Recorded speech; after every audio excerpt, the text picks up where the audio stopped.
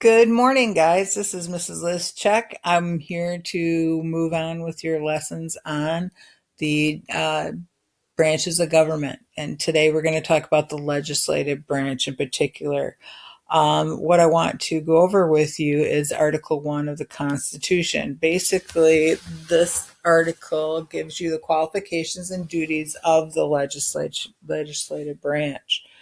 Our learning target today is students will learn about the section of the Constitution that details or describes the qualifications and duties of Congress by examining Article 1 in detail.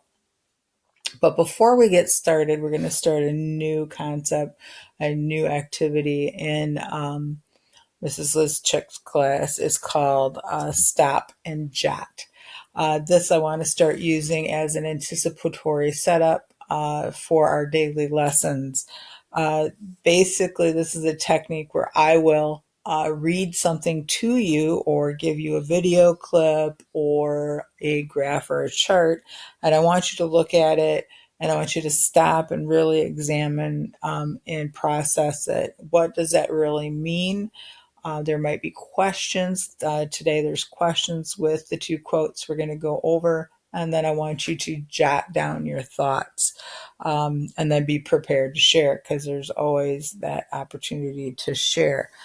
So today we're going to go over two particular quotes. So if you have not printed out your note sheet for today or made a copy of your note sheet, you might want to do so.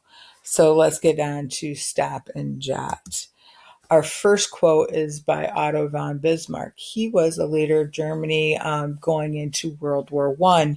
He is noted for saying there are two things you do not want to see being made: sausage and legislation. I want you to think about that quote. Then there's three particular questions that I want you to examine or think about when you hear the quote. The first question is, what does that mean to them?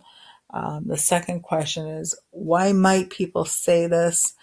And then the third one is, what image does Congress invoke in their people's minds? I want you to think about those and then jot down your answer. You might want to pause the video so you can do so at this time. The second quote that I want you to really think about today is by Mark Twain. Mark Twain is an author that wrote books in the early 1900s here in the United States. He is known for saying, suppose you were an idiot. Suppose you were a member of Congress. But I repeat myself.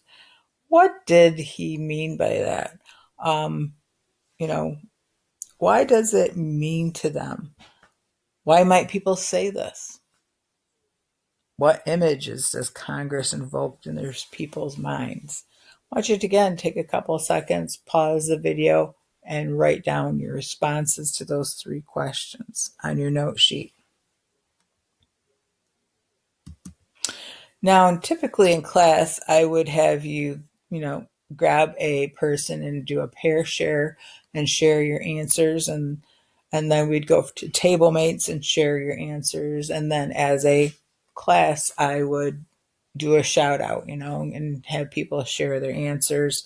But under the situation in quarantine, we do not have the opportunity. So what I want you to do is I want you to go to somebody in your house and I want you to share your answers with somebody in your household and have a discussion on those two quotes and the different perspectives of those two quotes. And then be prepared to add those your persons that you shared your responses to in the Google form later in the lesson. Now, why is it called the People's Branch? Why is the legislative branch called the People's Branch? Now, you have to remember, in the House of Representatives, they represent close to 700,000 people, whereas the president he alone or she alone represents millions of people. So it's a little bit of more of an intimate relationship with the legislators and the people that they represent. And they really truly have a relationship with the people that they represent. They go home more often to the area of the, like you see Gary Peters and Deborah Stabenow and Mr. Kildee coming home frequently and attending meetings or having town halls or calling people, emailing people. They're in parades, they're going to schools, they're going to nursing homes, they're going to, they're talking to their people. Whereas the president really does not have that opportunity to have that intimate relationship with everybody in the United States. So it's truly the people's branch. Um, Point of this lesson about the legislative branch is that it is truly an art of governing. Um, it takes skills in order to be a legislator, and throughout this lesson, I hope you understand that the people that we put into office have to juggle so many different skill sets in order to be a good representative of the people. And so it is an art to govern in the United States. Now, let's get to the qualifications. They're quite simple. There's only 3 qualifications of being a representative or a senator. First of all, you can find the qualifications in Article 1, Section 2 of the Constitution. So the qualifications of representatives are quite simple. You only have to be 25 years or older. Now, all of my kids are 25 years or older, and I cannot believe they can be voted in as representatives, but that is a cool thing if they decided to do so. They also have to be a citizen of the United States for at least 7 years. Now, please take note, they do not have to be a natural born citizen. They could have moved here to the United States, gained citizenship, and then after living here for 7 years, became a representative in the House of Representatives. There are a few people that are in the House of Representatives now that are in that situation. The third qualification is they have to be a citizen of the state that they're representing. That's like a duh. Somebody from Ohio cannot represent the state of Texas. Okay, you have to have lived in that state. The qualifications of a Senate is found in Article 1, Section 3. That is quite simple. You only have to be 30 to be in the Senate. You've had to live in the United States for at least 9 years. And the same situation, you don't have to be a natural born citizen. You can be an immigrant that became a citizen, and they must live in the state that they represent.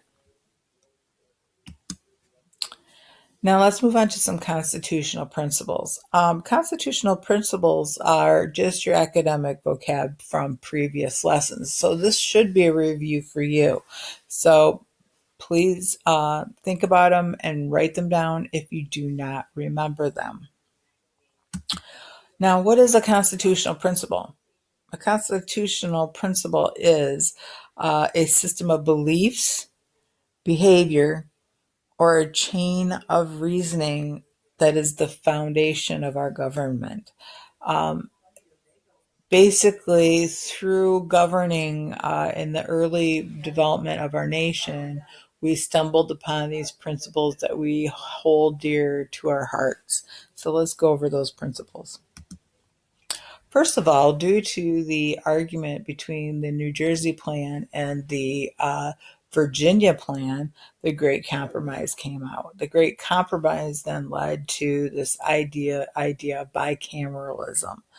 Bicameralism means that the legislative branch has 2 governing bodies within. One is the House of Representatives and one is the Senate. we have checks and balances. Checks and balances, the ability for each branch to prevent another branch from gaining too much power.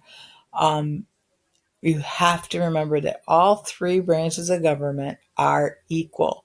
There's not one branch that is stronger than the other. And so we have to try to remember that. Here is a fantastic diagram of how checks and balances works in our government. Now, enumerated powers is another constitutional principle that you need to remember. It is a list of items found in Article 1, Section 8 of the U.S. Constitution that sets forth the job duties of Congress. Remember, Congress is the common term for both the Senate and the House of Representatives. Now, rule of law is a principle that we're going to really get into when we talk about the judicial branch. The rule of law says the laws of our country are to be obeyed by everyone, that no one is above the law. This is a principle that has been tested throughout our history. And so when we do get into the judicial branch, we will dig into what truly the rule of law means. Now, popular sovereignty is a political theory that government is created by the will of the people. This is the whole basis upon our democracy here in the United States. It's all of us that came up with the principle of the will of the people. And if you remember from week 1 and 2, we talked about John Locke and Jean Rousseau and Thomas Hobbes. They had this whole idea of sovereignty, that through elections, our representatives will be chosen. Separation of powers. Each branch of government having their own distinct powers. Now, this is the job duties of the House and the Senate. That's our separation of powers.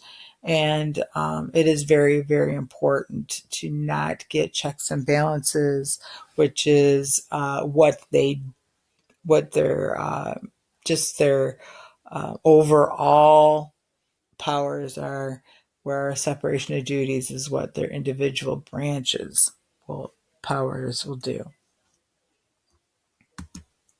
Now that's the end of the lesson for today. There is a funny end of the lesson video for you on the website. Unfortunately, I've not figured out how to do a YouTube video within a YouTube video. If somebody knows how to do that, send me an email and let me know, because Mrs. Liz Check is just learning how to do this technology thing. Remember, keep safe, keep healthy, and I love you so much, and I will talk to you on Thursday.